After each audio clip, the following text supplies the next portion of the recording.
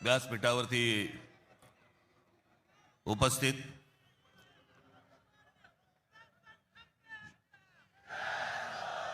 शिवसेनेचे पक्षप्रमुख उद्धव ठाकरे,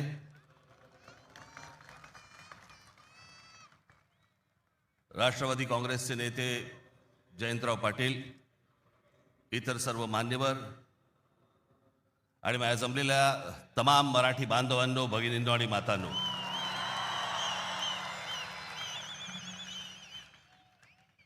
खरं तर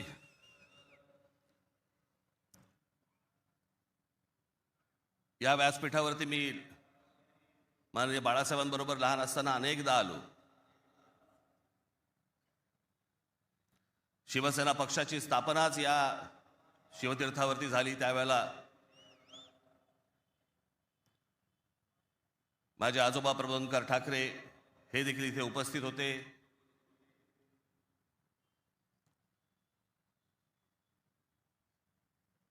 माझे वडील श्रीकांत ठाकरे हे देखील उपस्थित होते.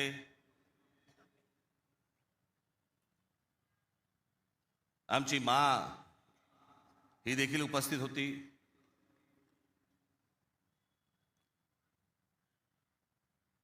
खरं आज या क्षणाला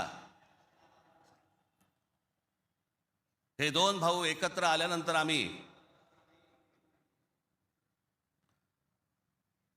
आज माझे आजोबा प्रबोधनकार ठाकरे, माननीय बाळासाहेब ठाकरे, माझे वडील श्रीकांत ठाकरे आणि आमच्या माँ आज खरं तर इथे हजर असायला पाहिजे होत्या. हे सगळं चित्र पुन्हा एकदा मराठी बांधवांसाठी, मराठी माणसांसाठी, मुंबईसाठी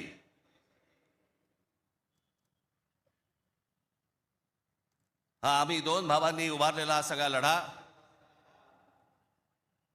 इथे नसले तरी वरून पाहत असतील.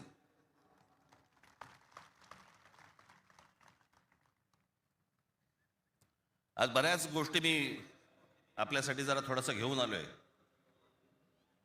जाताना पोट भरून जा.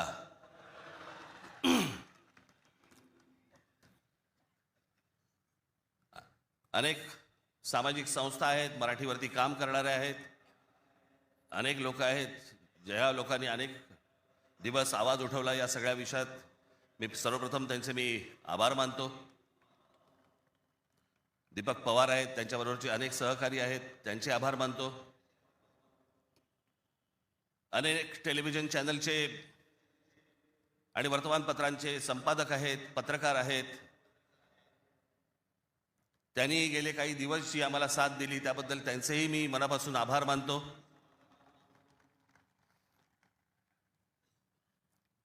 खरं तर मी 20 वर्षानंतर पहिल्यांदा युती करतोय.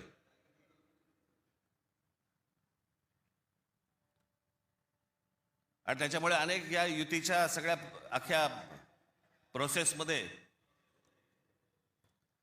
अनेक लोकांना तिकीटं दिली गेली, अनेक लोकांना तिकीटं नाही देता आली, अनेक जण नाराज झाले, जे जवळचे होते, सहकारी होते. काही जणांना वाटलं दुसऱ्या पक्षात जावं, काही नाराज झाले, काही रागावले, काही गोष्टी झाल्या, होतात. त्याला काय, आमच्या पण हातात काही गोष्टी नसतात. पण त्यांना दुखवणं हा काही आमचा हेतू नव्हता. पण तरी मी त्या सर्वांची, जर दुःखी झाले असतील, नाराज झाले असतील, त्या सर्वांची मी दिलगिरी व्यक्त करतो.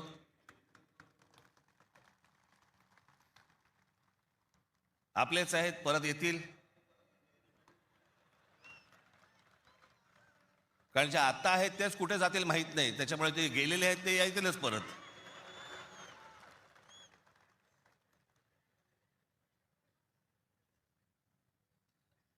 त्याच्यामुळे ह्या सगळ्या गोष्टींमध्ये मी त्यांना समजू शकतो. मुळात मी आणि उद्धव आम्ही दोघेजण एकत्र येण्याचं सगळ्यात महत्त्वाचं कारण म्हणजे या मुंबईवरती आलेलं संकट.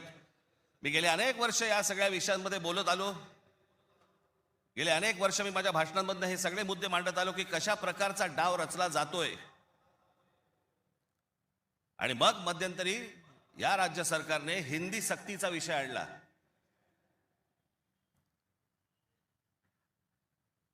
आणि त्यावेळेला मग मीही कडाडलो, उद्धवही कडाडला.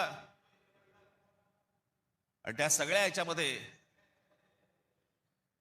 त्याच्या अगोदरच माझी एक मुलाखत झाली आणि त्याच्यामध्ये मी सांगितलं होतं की कुठच्याही वादापेक्षा आणि कुठच्याही भांडणापेक्षा महाराष्ट्र मोठा आहे.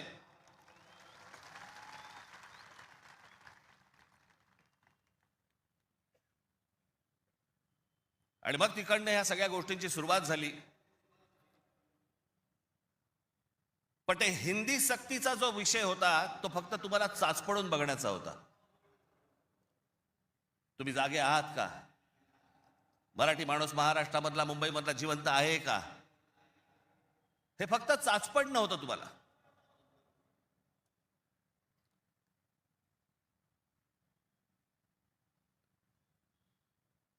(2024)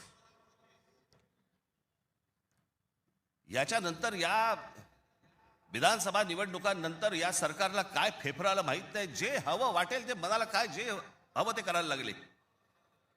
आली कुठून हिंमत?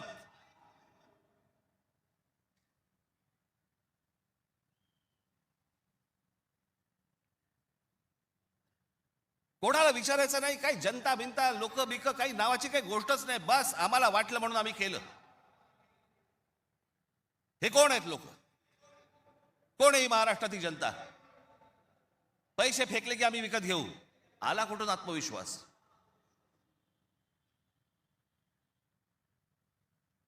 इतकी वर्ष मी आता राजकारण बघतोय. काँग्रेसची लोक सत्तेवरती होती, अनेक लोक सत्तेवरती होते, परंतु ते लोकांना घाबरून असायचे, जनतेला घाबरून असायचे. आता घाबरणं बिबरणं काहीच नाही. गृहीत धरून टाकलं तुम्हाला. कुठून येतात मतं ह्यांच्याकडे, कशी येतात, काय येतात, याचा लढा येतं बाकीच्या ठिकाणी सगळ्या ठिकाणी सुरूच आहे. ते बोगस वोटर आणि ते ईव्हीएम मशीन पासून सगळ्या गोष्टी सुरू आहेत. पण ह्याच्यामध्ये सगळ्यात महत्वाची गोष्ट बघा, आता उद्दामपणा कुठपर्यंत गेला यांचा. अकोटमध्ये भाजपने एमआयएमशी युती केली. बदलापूरमध्ये भाजपने काँग्रेस बरोबर युती केली. 66 जण बिनविरोध निवडून आले. बिनविरोध म्हणजे तिकडच्या मतदारांचा अधिकारच काढून टाकला. ते मतदारच नाही करू शकत. आज 66 आहेत. हे पुढे आकडे वाढत जाणार. त्याला कळलंय की काय प्रकारचे आपण कशा प्रकारे लोकांना विकत घेऊ शकतो. वाईट या गोष्टीचं वाटतं विकले जातात. तुळजापूरमध्ये विनोद गंगणे नावाचा एक ड्रग्ज मधला रॅकेट मधला एक माणूस, ड्रग्ज रॅकेट मधला, त्याला भाजपने तिकीट दिलं. ड्रग्ज विका, काही विका, पुढच्या पिढ्या बर्बाद करा, काही फरक पडत नाही. पण ड्रग रॅकेट मधला एक माणूस, त्याला भारतीय जनता पक्षाने तिकीट दिलं तुमच्या नाकावर टिचून. तो एक आता बदलापूरला तुषार आपटे, बलात्काराच्या केस मधला आरोपी, बलात्काराच्या, सगळ्यांना माहिती आहे, नगरसेवक केलं. लहान मुलींच्या वरती बलात्काराचा आरोप असलेला माणूस, त्याला भारतीय जनता पक्षाने नगरसेवक. आली कुठून हो हिंमत? ज्यावेळेला वेडावागड्या पद्धतीने ज्यावेळेला निवडणुका जिंकण्याचं यंत्र किंवा तंत्र हे ज्यावेळेला हस्तगत होतं ना, त्याच वेळेला हा उद्दामपणा येतो, ही मस्ती येते ना, हा माज येतो ना, हा त्याच्यातनं येतो.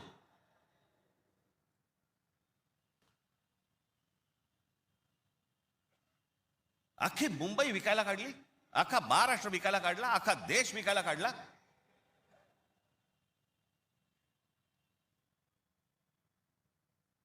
आपल्यासमोर काय वाढून ठेवलंय आपल्याला अंदाज पण नाही. मी तुम्हाला हे सांगतोय, मला 2024 साली मला एक व्यक्ती भेटली.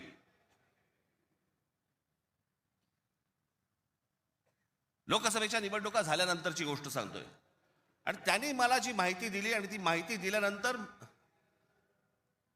माझे सगळे लोक, माझे काय रिसर्च टीम सगळी जी काही कामाला लागली, ते जे काही झालंय ते आज मी तुम्हाला इथे दाखवणार आहे.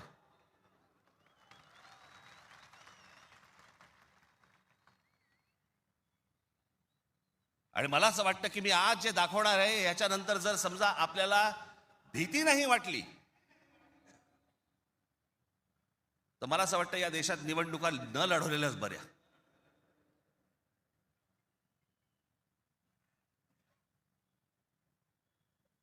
म्हणजे आता साधी गोष्ट, तुम्ही फक्त तुम्हाला 2014 नरेंद्र मोदी पंतप्रधान झाले त्यावेळेला, हे मला आता 24च्या नंतर आता हे पुढे सगळं समजायला लागलं. या गेल्या वर्षी 24 नाही, हो 24 नंतर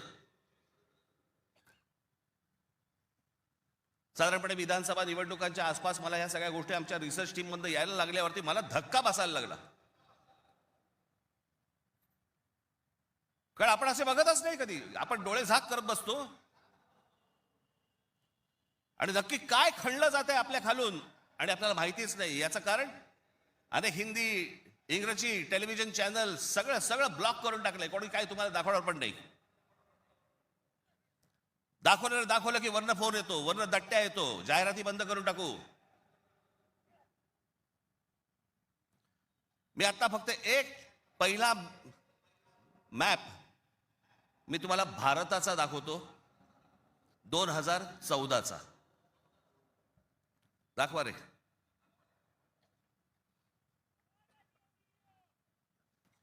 हा आहे 2014चा गौतम अडानी यांचे प्रोजेक्ट्स किती होते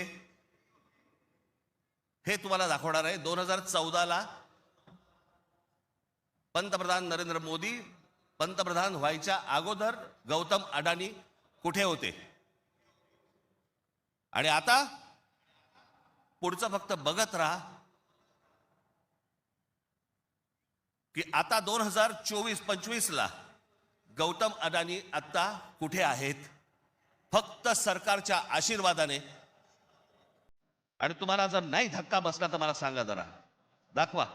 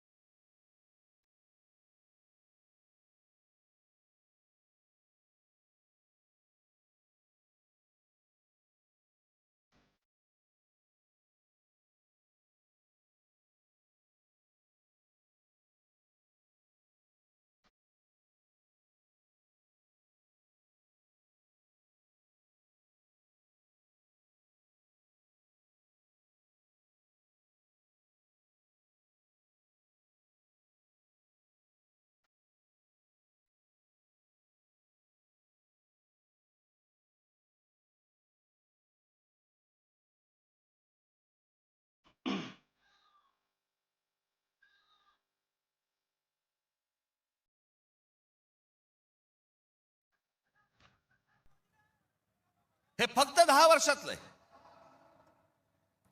जगामध्ये असा एकही माणूस नसेल जो 10 वर्षामध्ये इतका श्रीमंत झाला. मला कुठच्या उद्योगपतीने उद्योग करू नये या मताचा मी नाहीये, इतका दळभद्री विचार माझा नाहीये. पण या देशामध्ये इतके उद्योगपती असताना एका माणसावरती इतकी मेहरबानी या देशामध्ये होते, मी जगात तर दाखवतच नाही अजून. फक्त 10 वर्षामधली गोष्ट, ही 10 वर्षातली. एकाच माणसाला सगळ्या गोष्टी दिल्यात. वीज दिली, सिमेंट बनवण्याच्या उद्योगामध्ये गौतम अडाणी हा माणूस कधी नव्हताच 2014च्या अगोदर. आज देशातला 2 नंबरचा सिमेंटचा व्यापारी येतो. उद्या माणसाने समजा उद्या वीज बंद केली, आम्ही अंधारात. सिमेंट महाग केलं, काही बोलू शकणार नाही. सगळी पोर्ट्स खालपासून वरपर्यंत सगळी पोर्ट्स अदानीना, सगळी विमानतळं अदानीना. महाराष्ट्रात काय परिस्थिती एकदा बघा, महाराष्ट्राचा फक्त एकदा दाखवा.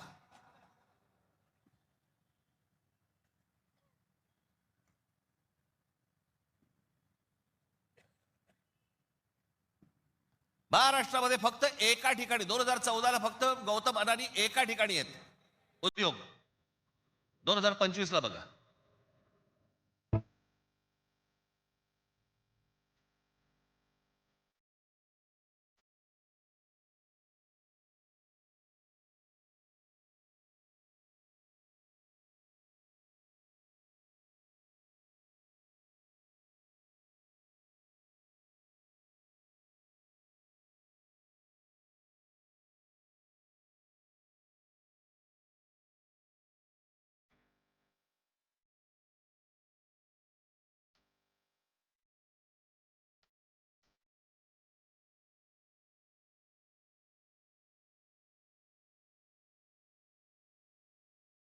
ही महाराष्ट्राची स्थिती.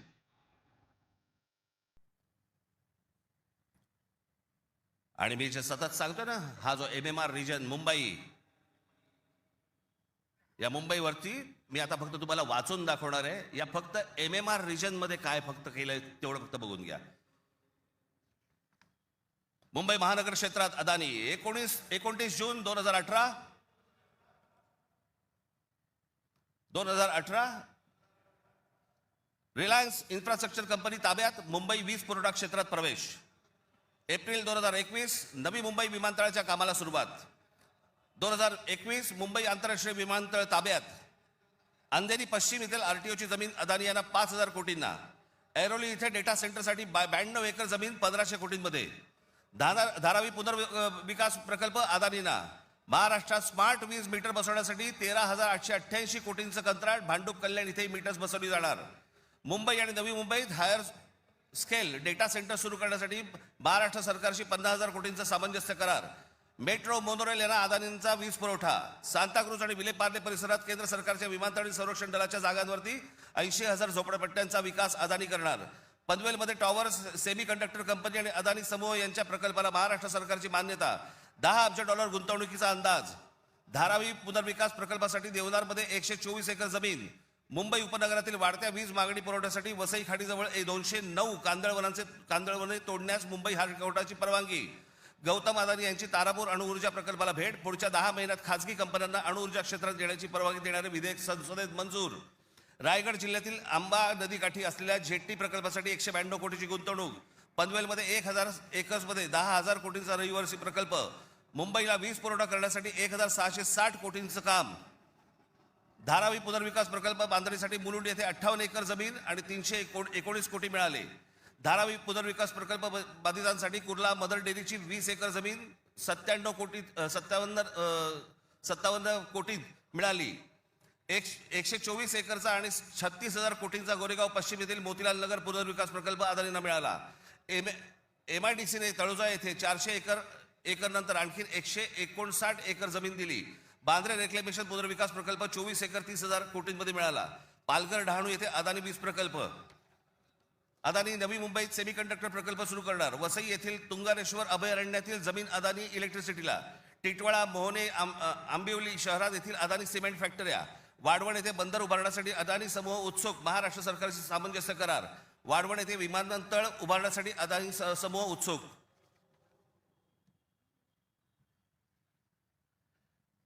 हे मी तुम्हाला सांगतोय ना, हे कशा प्रकारे तुम्हाला आवडलं जातंय याचा काही आपल्याला अंदाज, आपल्याला कळतंय हे काय चाललंय. आता हा सगळा वाढवणला आता बंदर येतंय म्हणून मी म्हटलं बंदर येत असेल चांगली गोष्ट आहे. महाराष्ट्रात बाजूला विमानतळ कशासाठी तर म्हणे मुंबई विमानतळावरचा सगळा कार्गो तिकडे नेणार.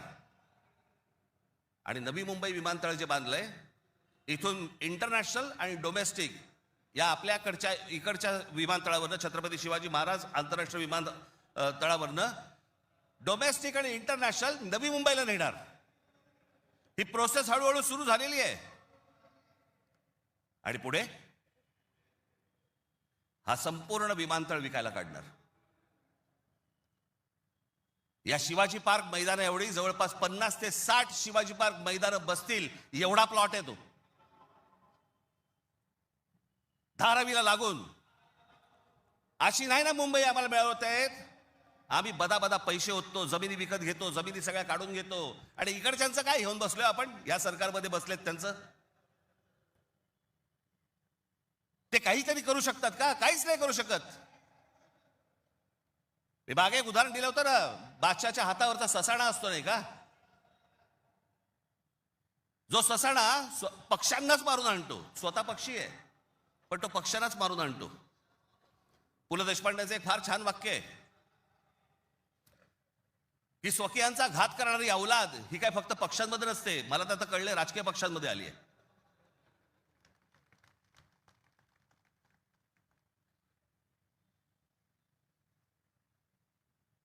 डोक्यात गेली सत्ता, डोक्यात.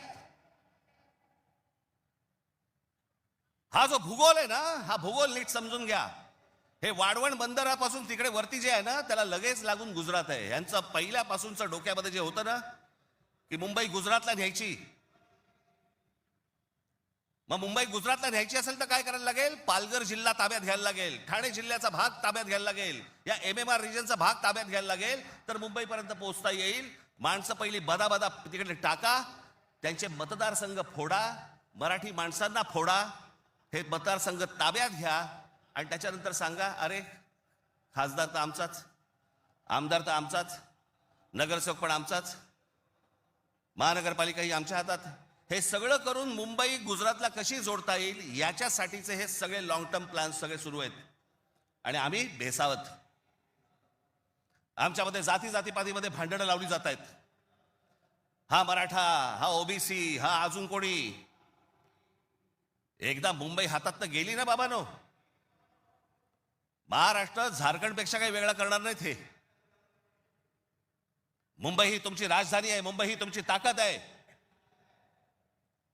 पण जो मस्तवालपणा जो अंगामध्ये शिरलेला आहे यांच्या, की आम्ही काहीही करू, कुठूनही मतं आणू, जे यांनी विधानसभेला केलं तेच करण्याचा हे आत्ता पण प्रयत्न करणार. आमच्यावरती भ्रष्टाचाराचे आरोप करतायत. काय बोलताय काय तुम्ही? देवेंद्र फडणवीस ज्यावेळेला मुख्यमंत्री होते त्यावेळेला ह्यांनी छगन भुजबळांना जेलमध्ये टाकलं होतं, हो की नाही? आता मांडीला मांडी लावून बसलेत. अजित पवारांचे बैलगाडीभर पुरावे घेऊन गेले होते. काय किती 70 का 80 हजार कोटीचा काहीतरी घोटाळा, त्याच्याबद्दल पुरावे बैलगाडीतनं घेऊन गेले होते. आता काय सांगतायत?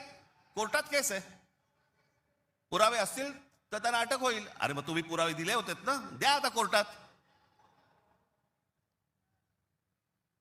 ही सगळी बाहेरून सगळी माणसं आणायची, इथे भरायची, तुमचा टक्का कमी करायचा, तुमचं अस्तित्व घालवायचं. इथे येऊन ह्याची माणसं बोलणार, इथे उत्तर भारतातलं माणसं येणार आणि म्हणणार इथे तुम्हाला. काल एक कोणतरी उत्तर भारतातला माणूस बोलत होता म्हणे, मुंबईमध्ये म्हणे नोकऱ्या जर घ्यायच्या असतील महानगरपालिकेमध्ये तर इथल्या स्थानिकांना, उत्तर भारतीय लोकांना दिल्या पाहिजेत. हे बाहेरून येणारे म्हणे कोल्हापूर, सातारा, सांगलीवरनं येणारी माणसं हे बाहेरच्या लोकांना द्यायची नाहीत म्हणून. बाहेरची लोक म्हणजे आमच्या सातारा, कोल्हापूर, सांगलीमधनं येणारी आता हे बाहेरची लोक झाली आणि हे आतले.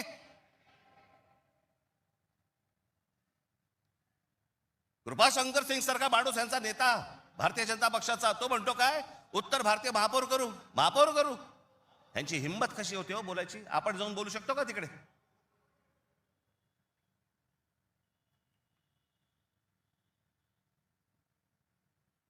याचं कारण तुम्ही एकत्र येऊच नाही, याच्यासाठीचा बंदोबस्त यांनी केलेला आहे. म्हणून काय करायचं, पैसे टाका, माणसं फोडा. यांचं मुंबईवरचं लक्ष उडालं पाहिजे, महाराष्ट्रावरचं लक्ष उडालं पाहिजे. हे मराठी म्हणून कधी एकत्र येताच कामा नयेत. आणि मग आपल्याला जे साध्य करायचंय,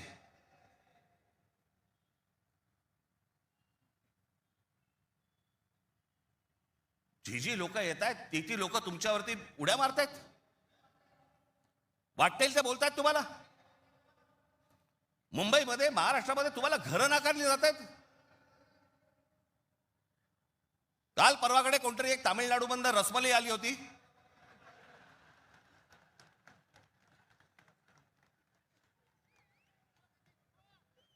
तो सांगतो मुंबईचा आणि म्हणजे महाराष्ट्राचा संबंध काय? भडव्या, तुझाच काय संबंध आहे इथे यायचा?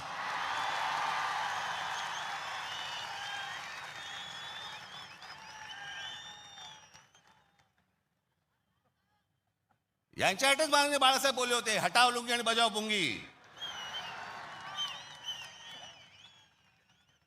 अनेक दाक्षिणात्य इथे राहत आहेत, अनेक जैन मारवाडी इथे राहत आहेत, आनंदाने राहत आहेत. पण कसं भडकवलं जाते बघा तुम्हाला कबुतरांच्या नावाने. कबूतर राहिली बाजूला, पण हे सत्ताधारी जे फडफडत आहेत ना, हा त्यांचा प्रश्न आहे. काल परवाची गोष्ट, इथे मुंबईमध्ये जैन मराठी वादावरती पडदा टाकण्यासाठी म्हणून एक बैठक झाली. ही बातमी फक्त नवाकाळला आली होती. त्यांचे कुठे एक जैन मुली निलेश चंद्र आहेत, निलेश चंद्र बघा. ते जैन मुली निलेश चंद्र काय सांगतायत, तर कबुतरे खाणे आणि मांसावरून मराठी जैन समाजात पेटलेला वाद मिटवण्याची जबाबदारी मुख्यमंत्री देवेंद्र फडणवीस यांनी भाजपा मंत्री मंगल प्रभात लोढा यांना दिली. मात्र मंगल प्रभात लोढा यांनी हा वाद मिटवला नाही, तर ह्या समाजामध्ये जास्तीत जास्त भांडणं कशी लागतील हे पाहिलं.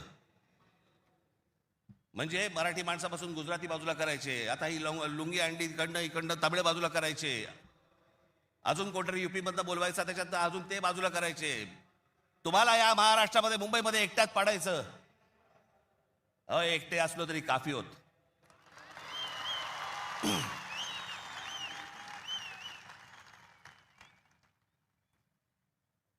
नको त्या वादात जाऊ नका. आमच्या यांच्या गुजरातमधनं बिहारी लोकांना ज्यावेळेला हकलवले, त्याच्या बातम्या नाही होत.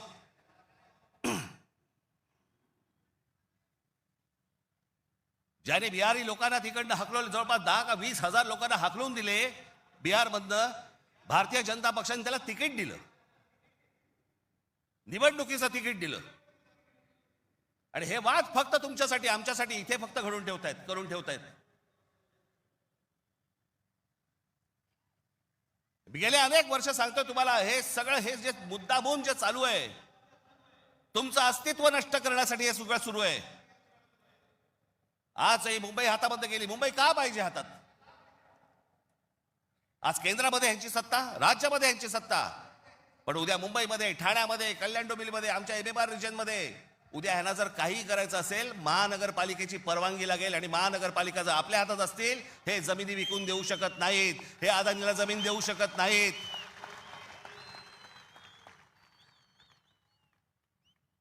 ही गोष्ट ते करूच शकत नाहीत.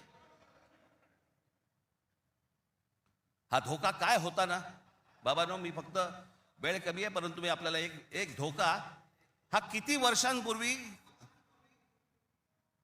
आमच्या बाबासाहेब आंबेडकरांनी,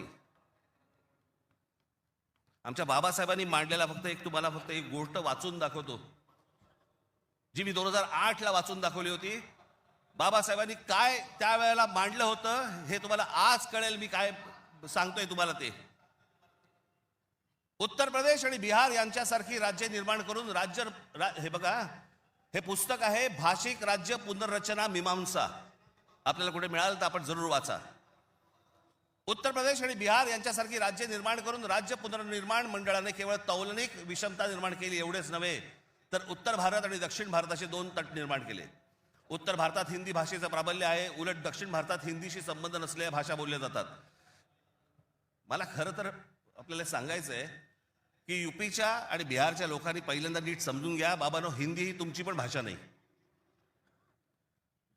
युपीच्या लोकांची भोजपुरी भाषा आहे, बिहारच्या लोकांची मैथिली भाषा आहे, अवधी भाषा आहे. हिंदी भाषा तुमची पण नाही आहे. माझा कुठच्या भाषेवर राग नाही, परंतु तुम्ही आमच्यावरती लादणार असाल तर लाथच मारू. हिंदी भाषिकांची संख्या किती मोठी आहे याची बहुतेक कोणालाही दखल नाही. भारताच्या एकूण लोकसंख्येच्या 48% लोकसंख्या ही हिंदी भाषिक म्हणजे त्या भागाची आहे. माझ्याकडे घटना निर्मितीचे काम होते त्यावेळी एक गुपित घटना मी नमूद करू इच्छितो. अर्थात गुपित भंगाचा आरोप माझ्यावरती येणार नाही अशी अपेक्षा आहे. काँग्रेस पक्षाच्या एका बैठकीतील हे गुपित आहे. हिंदी ही राष्ट्रभाषा म्हणून स्वीकारण्यासंबंधी ही चर्चा होती. घटनेचे 115वे कलम राष्ट्रभाषेसंबंधी आहे. या कलमावरती जेवढी गरमागरम चर्चा व्हायला झाली तेवढी इतर कोणत्याही कलमावरती झाली नाही. प्रदीर्घ चर्चेनंतर हे कलम मातास टाकले आणि काय आश्चर्य, 78 विरुद्ध 78 असे मतदान झाले. कुठलाच निर्णय घेणे शक्य झाले नाही. या वस्तुस्थितीमुळे दक्षिण भारताचा उत्तर भारतावरती किती कटाक्ष आहे हे तुमच्या लक्षात येईल. उत्तर भारत संलग्न झाला आणि दक्षिण भारत विच्छिन्न राहिला आणि राजकारणात हिंदी व उत्तर भारताचे वर्चस्व असेच चालू राहिले तर परस्पर द्वेषभाव निर्माण झाला नाही तरच नवल. केंद्रीय सरकारात एका राज्याला दुसऱ्या राज्यावरती अशा आगंतुकपणे वर्चस्व चालू देणे धोक्याचे आहे. घटक राज्ये समतोलाची राखण्यास केंद्रीय शासनामध्ये काही तरतूद नसल्यामुळे नवनिर्मित बिजोड राज्यांमुळे 5 प्रदेशांखेरीज इतर राज्यात अविश्वास आणि असंतोष निर्माण होईल. सध्याच्या केंद्रीय शासन पद्धतीमुळे भारताच्या राजकारणात उत्तर प्रदेश इतर राज्याहून प्रबळ ठरेल ही भीती केवळ दक्षिण भारतीयांचीच नसून पंजाब, बंगाल व इतर राज्यांनी व्यक्त केलेली आहे. आणि ही भीती निराधार आहे असे कोणीही छातीरोखपणे सांगू शकत नाही. या भीतीचे निराकरण केले नाही आणि आत्ता विशेष उपाययोजना केली नाही तर ही भीती राष्ट्रीय ऐक्यास घातक ठरल्याशिवाय राहणार नाही. हे सत्य कोणी लपवू शकत नाही. आमच्या परमपूज्य डॉक्टर बाबासाहेब आंबेडकरांनी तेव्हा लिहून ठेवलंय की हे किती घातक आहे ते. हे काय चाल चालू आहे तुमच्या विरोधात, हे काय प्रकारचं षडयंत्र सुरू आहे. जो इतका बलवान महाराष्ट्र, इतका सुसंस्कृत महाराष्ट्र, या देशाला दिशा दाखवणारा महाराष्ट्र, सगळ्या बाजूनी संपन्न असा महाराष्ट्र, हे सगळ्या बाजूनी येत आहेत आणि महाराष्ट्राने तुम्हाला फक्त इथे तुमचे चावे घेत आहेत. तुम्हाला उद्ध्वस्त करायचं आहे ना. उठा या जमिनीवरनं, निघा इथून, आम्ही येत आहोत. काल परवाकडेच मी एका चॅनलला सांगितलं, हिरे असतात, मोती असतात, सोनं असतं, चांदी असते, अजून काही मौल्यवान गोष्टी असतात. फक्त जमीन या एकाच गोष्टीला रिअल इस्टेट म्हणतात, खरी संपत्ती. दुसऱ्या कोणत्याही गोष्टीला रिअल इस्टेट म्हटलेलं नाहीये, फक्त जमिनीला रिअल इस्टेट म्हटलंय. कारण ती तुमची संपत्ती आहे. तुमच्या पायाखालची जमीन आणि तुमची भाषा ही मेली की तुमचं अस्तित्व संपलं, तुम्ही कोणी नाही आहात. जगात अनेक देश, अनेक लोक, हे भाषा संपली, देश गेला, जमीन गेली म्हणून संपले. हाच डाव त्यांचा आहे. वेगवेगळ्या मार्गाने येत आहेत आणि वेगवेगळ्या मार्गाने तुमच्यावरती आक्रमण करतायत आणि तुम्हाला सांगतायत निघून जा इथनं. संयुक्त महाराष्ट्राच्या वेळेला देखील विरोध करणारे या मुंबईमधले अनेक धनिकच होते, गुजराती होते पण धनिक होते. आज पण तेच चालू. आणि आज हे संकट त्यावेळेला इतकं नव्हतं, पण आज खरं तर तुमच्या उंबरठ्यावरून वरती येऊन उभं आहे. कधी तुमच्या दरवाजावरती टकटक होईल तुम्हाला पण कळणार नाही. कधी तुम्हाला इथनं बाहेर काढतील तुम्हाला कळणार पण नाही. आज मुंबई, उद्या ठाणा, कल्याण, डोंबिवली, सगळे सगळे भाग, उद्या पुणा, नाशिक, जे जे चांगलं आहे, आज कोकणपट्टी अख्खी रिकामी करतायत. जमिनीच्या जमिनी विकत घेतल्या जात आहेत. मी त्यावेळेला त्या बुलेट ट्रेनला विरोध केला होता. आजही माझा विरोधच आहे. कुठे चालली आहे बुलेट ट्रेन? बुलेट ट्रेन फक्त बघा, ही बुलेट ट्रेनचं स्टेशन, शेवटचं स्टेशन गुजरातमध्ये चाललंय, जिकडे गिफ्ट सिटी उभी केली आहे. Gift city Ahmedabad bullet train station पासून 90 किलोमीटरवर ढोलेरा नावाचं एक पूर्ण नवीन शहर बसवलं जातंय. ढोलेरा नावाचं एक पूर्ण नवीन हे शहर 903 स्क्वेअर किलोमीटरचं आहे, म्हणजे मुंबईपेक्षा 1.5 मोठं. आणि तिथे वेदांत आणि फॉक्सकॉनची 1.5 लाख करोडची सेमी कंडक्टर प्रोजेक्ट्स येत आहेत. अहो, आपल्याला समजत पण नाही हे काय चालू आहेत नक्की, ह्यांचे कुठून रूळ चालले आहेत आणि कुठून गाड्या चालल्या आहेत आणि कुठून यांचे मार्ग सुरू आहेत आणि काय घेऊन जायचंय ह्यांना आणि काय आणायचंय, इथे काय भरायचंय. एकदा जाऊन बघा हो, वसई विरार पासून सगळ्या गोष्टी बघा, कसे कसे भरत येत आहेत, कसे भरत येत आहेत. तुम्हाला घरं नाकारणार, ह्यांना सगळ्यांना घरं मिळणार. तिकडनं बाहेरच्या राज्यातनं गुजरातमध्ये येणार, ह्यांना घरं मिळणार, तुम्हाला नाकारणार.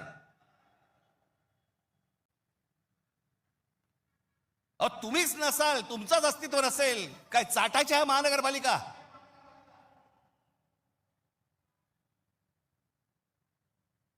काय उपयोग आहे या गोष्टींचा? आम्ही भले आमच्या वचननाम्यामध्ये सांगितलेल्या अनेक गोष्टी आहेत ज्या उत्तम करू, उत्तम शहर करू, चांगल्या गोष्टी करू. मला असं वाटतं उद्धव ठाकरे आपल्या भाषणामध्ये या गोष्टी सांगतीलच. अरे पण तुम्ही असायला पाहिजेत ना त्याच्यासाठी. तुमची काय किंमत करून ठेवली आहे लोकांनी? कोण महाराष्ट्रामधला मराठी माणूस पैसे फेकले की विकला जातो? ही आपली किंमत. आणि ही बोली लावणारे कोण? आमचेच. दुसऱ्यांच्या हातावरती बसून त्यांचा उद्देश साध्य करण्यासाठी आमचे लोक हे आमच्या लोकांना फोडतायत. काय दुर्दैव आहे बोला. या अशा परिस्थितीमध्ये ही आजची निवडणूक होते. ही मराठी माणसासाठी शेवटची निवडणूक आहे. आज जर चुकलात, कायमची मुकलात म्हणून समजा. आज जर तुमच्या हातातनं ही शहरं गेली, त्यांच्या हातामध्ये गेली, उद्या राजानं मारलं आणि पावसानं झोडलं, तक्रार कोणाकडे करायची? आज इतर राजकीय पक्षांमधले पण जे मराठी लोक आहेत, माझं त्यांनाही आव्हान आहे, सोडा ते सगळं. या मराठी माणसासाठी एक व्हा, या मुंबईसाठी एक व्हा, या महाराष्ट्रासाठी एक व्हा.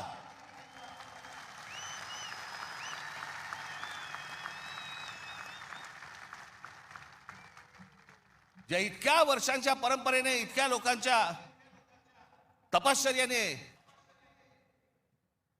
ही मुंबई महाराष्ट्राला मिळाली. 107 आमचे हुतात्मे गेले. उद्या मुंबई गेली तर त्या पुतळ्यानंतर काय अर्थ उरतो? आणि पुतळे काय म्हणतील ते? आमचा मराठी माणूस बेसावध राहिला आणि म्हणून आम्ही मिळवलेली मुंबई आम्हाला गमवावी लागली. आज तुमच्या समोर ही सोन्यासारखी संधी आलेली आहे. आम्हाला सत्ता काय, सत्याचं काय करू? सत्तेशिवाय पण आज पण लाथा मारल्यात ना. अनेक अंगावर आले, त्यांना तुडवलेच ना. पण तुम्हाला ह्यांचा माच, या सगळ्या लोकांचा, सत्ताधाऱ्यांचा तुम्हाला उतरवायचा या निवडणुकीमध्ये. कुठेही बेसावध राहू नका. माझी आपल्याला सगळ्यांना एक फक्त सांगणं आहे, हे ईव्हीएम मशीनवरती लक्ष ठेवा. दुबार मतदार सकाळी 6 वाजता, मला जेवढे काय BLA नेमलेले आहेत, सकाळी 6 वाजता तिकडे सेंटरवरती पाहिजेत दोन्ही पक्षांचे. आणि दोन्ही पक्षातले जे सगळे लोक आहेत यांना फक्त मी एकच सांगतोय, बाबांनो, आता आपल्यातलं काही वाद नाही. आता खरी लढाई त्यांच्याशी आहे.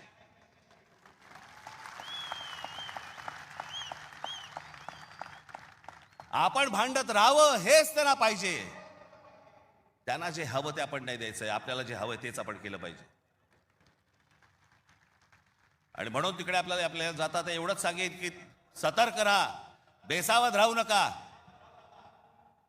आणि जर दुबार मतदार जर तिकडे आला, सकाळी 7 वाजता फोडून काढा.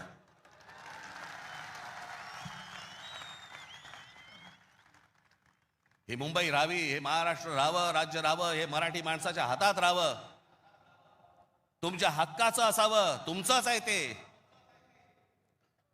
आणि मला असं वाटतं की जो लढा आजपर्यंत मराठा साम्राज्याने दिला, तो लढा आज तुम्हाला, आज सगळ्यांना, तुम्हाला, आम्हाला सगळ्यांना करायचा आहे. हा महाराष्ट्र वाचवायचा आहे, महाराष्ट्र समृद्ध करायचा आहे, ही आपली शहरं समृद्ध करायची आहेत, ही मुंबई आपल्याला वाचवायची आहे, ही मुंबई कदापि आपल्याला कुठेही गुजरातला घेऊन द्यायची नाहीये. या सगळ्या गोष्टींसाठी आपण सगळेजण कामाला लागाल अशी एक आशा अपेक्षा बाळगतो आणि आपणा सर्वांची मी रजा घेतो. धन्यवाद. जय हिंद, जय महाराष्ट्र.